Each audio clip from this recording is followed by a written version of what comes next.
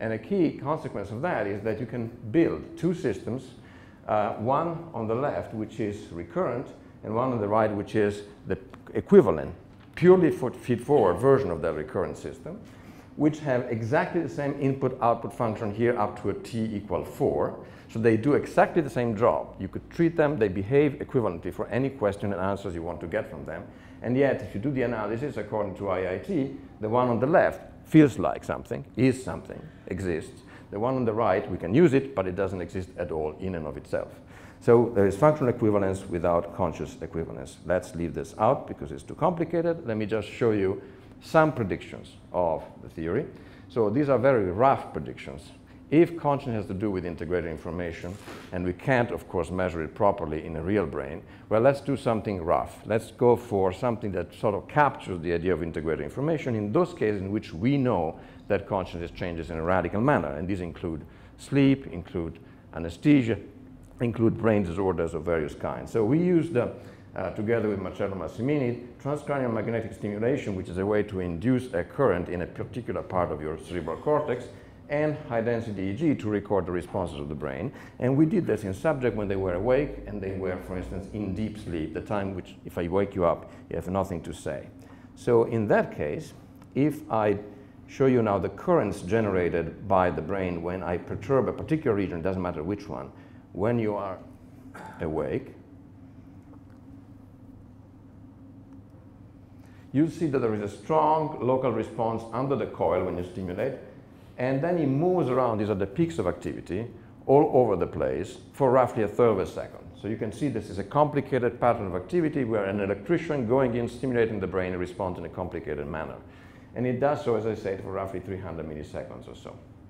That's typical when you are awake and conscious. Now we take the same person, say exactly the same spot, exactly the same intensity, when the person now has been 40 minutes into deep sleep and he is not conscious at all.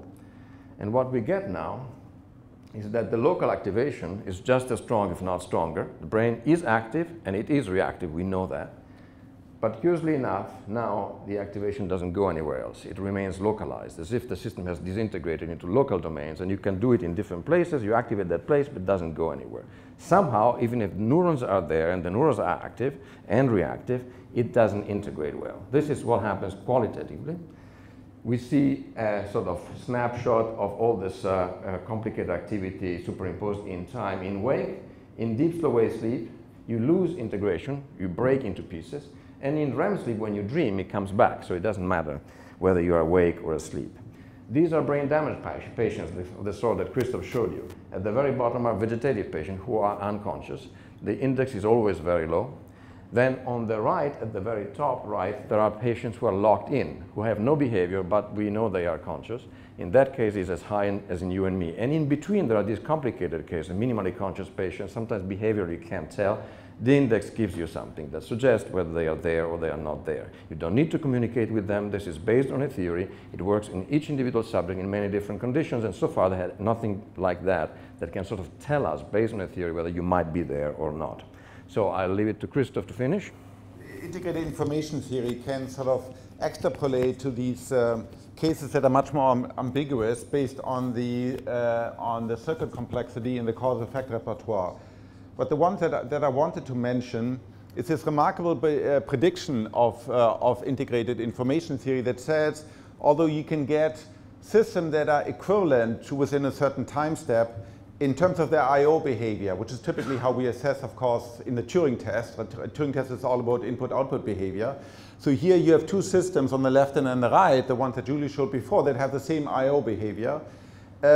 Yet they have very different circuitry. So one has this heavy feedback circuitry, the other one is a purely feed-forward system.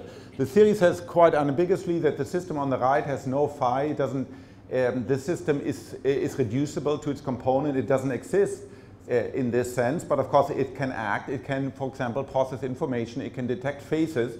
A lot of the standard machine vision algorithms, for example, the Google cat detector, are of this ilk on the right. They are a series of cascaded feed-forward systems.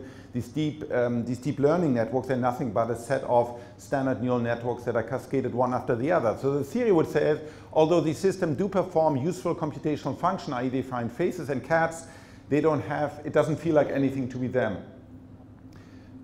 which is really quite, so here the theory really differs very much from the standard way of viewing. It's not about the input-output behavior, it's about the internal circuitry, the internal cause-effect repertoire.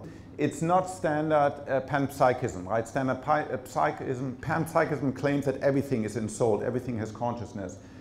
A dumb system, a system that has no states, for example, is not conscious, like, you know, if you want to think about a grain of sand. An aggregate of systems, if I just take a bunch of individual systems, so for example, here, if we consider the consciousness associated with this meeting, it is not, there isn't any meta-consciousness, it's just the consciousness of aggregate, it's just the consciousness of the individual components.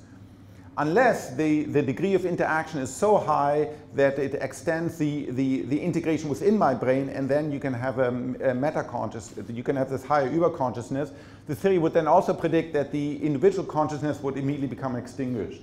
And then lastly, of course, I just wanted to leave you with this, my last slide. This is the most complex artifact people have ever built. It has on the order of 10 to the 18 components. And I'd like to, transistors, right? This is one depiction of the internet. And if you just count the transistors in this internet, it has 10,000 times more transistors than synapses in the average human brain. So it is complex by any measure of complexity. We don't know at this point whether it has any phi, but I think it's an interesting question. At least it's a question that we can now at least have a meaningful way to reason about. It's not a crazy question. To what extent does it feel like anything to be such an entity? Thank you very much.